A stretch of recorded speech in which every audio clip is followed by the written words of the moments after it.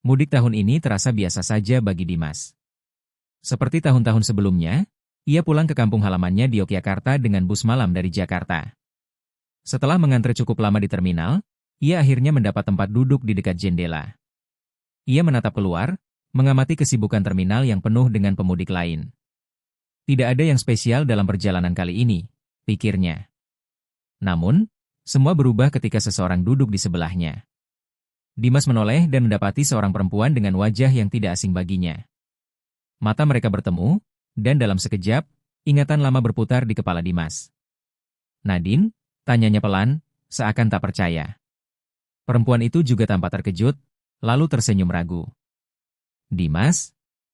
"Wah, nggak nyangka bisa ketemu di sini," jawabnya. Setelah beberapa detik canggung, mereka akhirnya mulai berbicara. Dimas tahu betul siapa Nadine, mantan kekasihnya saat kuliah yang sudah bertahun-tahun tak ia temui. Dulu, mereka berpisah bukan karena tidak saling mencintai, melainkan karena keadaan yang memaksa mereka mengambil jalan masing-masing. Kini, takdir mempertemukan mereka kembali dalam sebuah bus yang membawa mereka pulang. "Jadi, kamu juga mudik?" tanya Dimas untuk mencairkan suasana. Nadine mengangguk, menjelaskan bahwa ia akan pulang ke Klaten setelah sekian lama merantau di Semarang. Dimas, yang awalnya mengira perjalanan ini akan membosankan, kini merasa ada sesuatu yang berbeda. Ada perasaan lama yang tiba-tiba muncul kembali.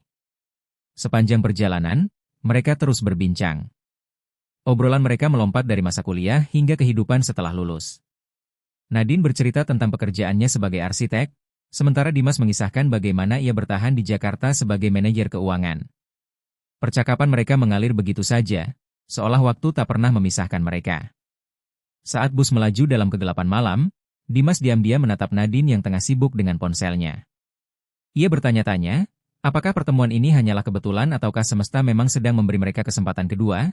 Setelah beberapa jam perjalanan, bus akhirnya berhenti di sebuah rest area. Para penumpang mulai turun untuk membeli makanan atau sekadar meregangkan kaki. Dimas dan Nadine ikut turun, berjalan berdampingan menuju warung kopi kecil di sudut rest area.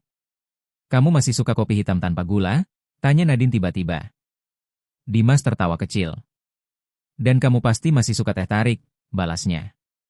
Mereka duduk di sebuah bangku panjang, menikmati minuman masing-masing sambil mengamati kesibukan pemudik lainnya.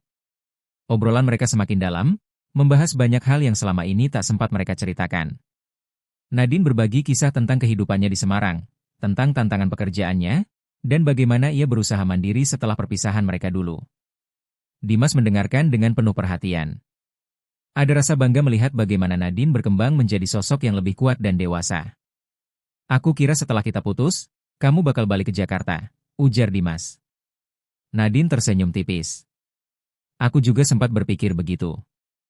Tapi hidup kadang membawa kita ke arah yang gak kita duga, kan?" Angin malam berhembus lembut, membawa aroma khas perjalanan. Dimas merasa aneh.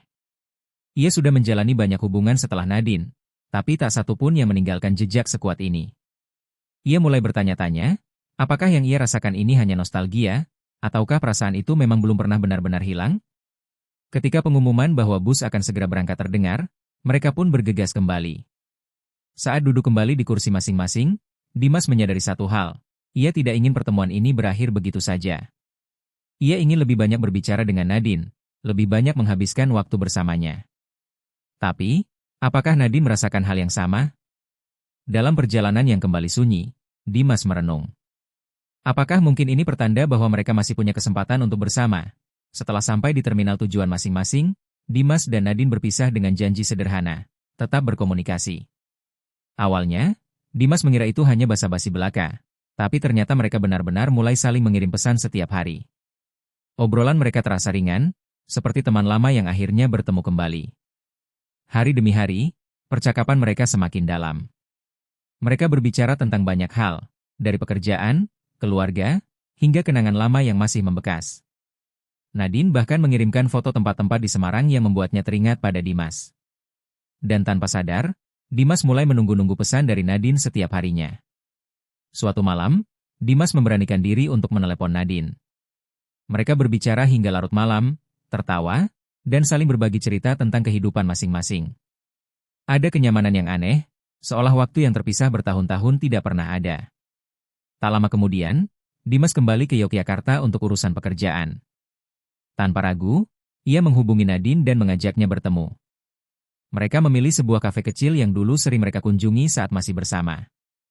Saat duduk di sana, dengan suasana yang hampir sama seperti dulu, perasaan lama pun kembali menghangat. Aku nggak tahu kenapa, tapi rasanya seperti dulu lagi, ujar Nadine pelan. Dimas menatapnya dalam. Mungkin karena kita memang nggak pernah benar-benar berubah, balasnya. Nadine tersenyum, tapi ada kebingungan di matanya. Apakah ini hanya nostalgia, atau memang perasaan itu masih nyata? Dimas sadar, jika ia ingin mendapatkan Nadine kembali, ia harus melakukan sesuatu. Ia tak ingin hanya sekadar menjadi kenangan yang kembali hadir, lalu pergi lagi. Ia ingin memperjuangkan kesempatan ini. Sejak pertemuan itu, hubungan Dimas dan Nadine semakin erat. Mereka sering menghabiskan waktu bersama, baik itu dalam perjalanan singkat, makan malam, atau sekadar duduk di taman berbincang tentang masa depan. Dimas merasa nyaman, jauh lebih nyaman dibandingkan hubungan-hubungan yang pernah ia jalani sebelumnya. Nadine juga merasakan hal yang sama. Meski mereka pernah berpisah, kini keduanya tahu bahwa ada sesuatu yang belum selesai di antara mereka. Suatu sore, saat mereka berjalan-jalan di sebuah taman di Yogyakarta, Dimas tiba-tiba berhenti dan memandang Nadine dengan serius. Din, aku harus jujur sama kamu. Aku nggak bisa bohong lagi. Aku masih cinta sama kamu, ungkap Dimas dengan suara yang sedikit bergetar. Nadine terdiam sejenak, menatap Dimas dengan mata yang tajam. Ia merasa hatinya berdebar, meskipun ia tahu jawabannya sudah ada sejak lama.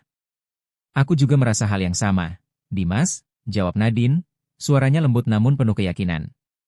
Aku nggak tahu kenapa kita berpisah dulu, tapi aku tahu sekarang kita punya kesempatan lagi. Kita harus coba, kan? Dimas tersenyum lega. Rasa khawatir yang sempat ia rasakan kini sirna. Mereka berdua tahu, meski jalan hidup mereka sempat terpisah, cinta mereka masih ada. Malam itu, mereka berbicara panjang lebar tentang masa depan. Mereka sepakat untuk tidak terburu-buru, namun keduanya tahu arah hubungan ini. Aku ingin kita kembali bersama, tapi kali ini dengan tujuan yang jelas, ujar Dimas. Nadine mengangguk, menyetujui. Kali ini kita mulai dari awal, Dimas. Kita tidak akan mengulangi kesalahan yang sama. Keluarga mereka, meskipun sempat ragu dengan keputusan mereka, akhirnya menerima keputusan itu dengan baik. Mereka tahu bahwa perasaan Dimas dan Nadine bukan sekadar kebetulan, tetapi adalah perasaan yang sudah teruji waktu. Mereka berdua akhirnya memutuskan untuk mulai merencanakan masa depan bersama, dengan lebih banyak komunikasi dan kedewasaan yang mereka dapatkan dari pengalaman hidup masing-masing.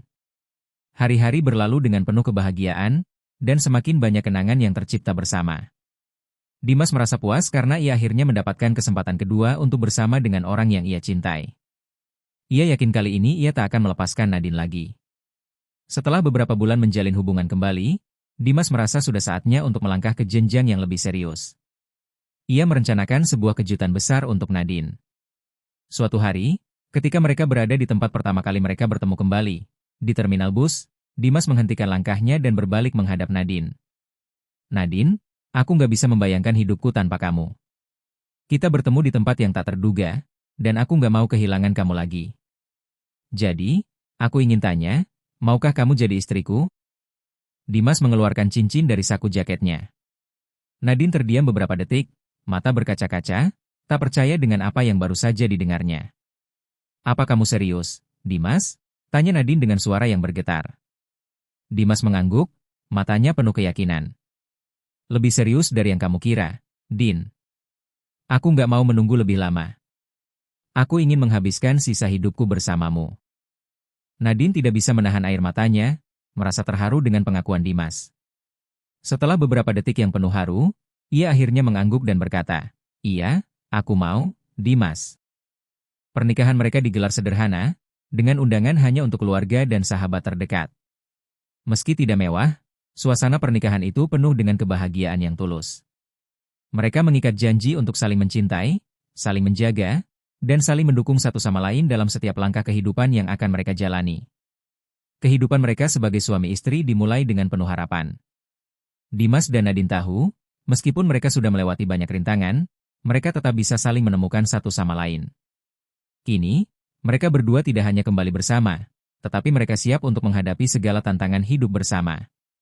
Setiap kali mereka kembali ke kampung halaman, mereka tahu bahwa mereka pulang bukan hanya untuk bertemu dengan keluarga, tetapi juga untuk merayakan kisah cinta mereka yang tak terduga namun penuh makna. Dan di setiap perjalanan mudik yang mereka lakukan, mereka tak lagi merasa sendirian, karena kini mereka memiliki satu sama lain untuk dibawa pulang, kemanapun mereka pergi.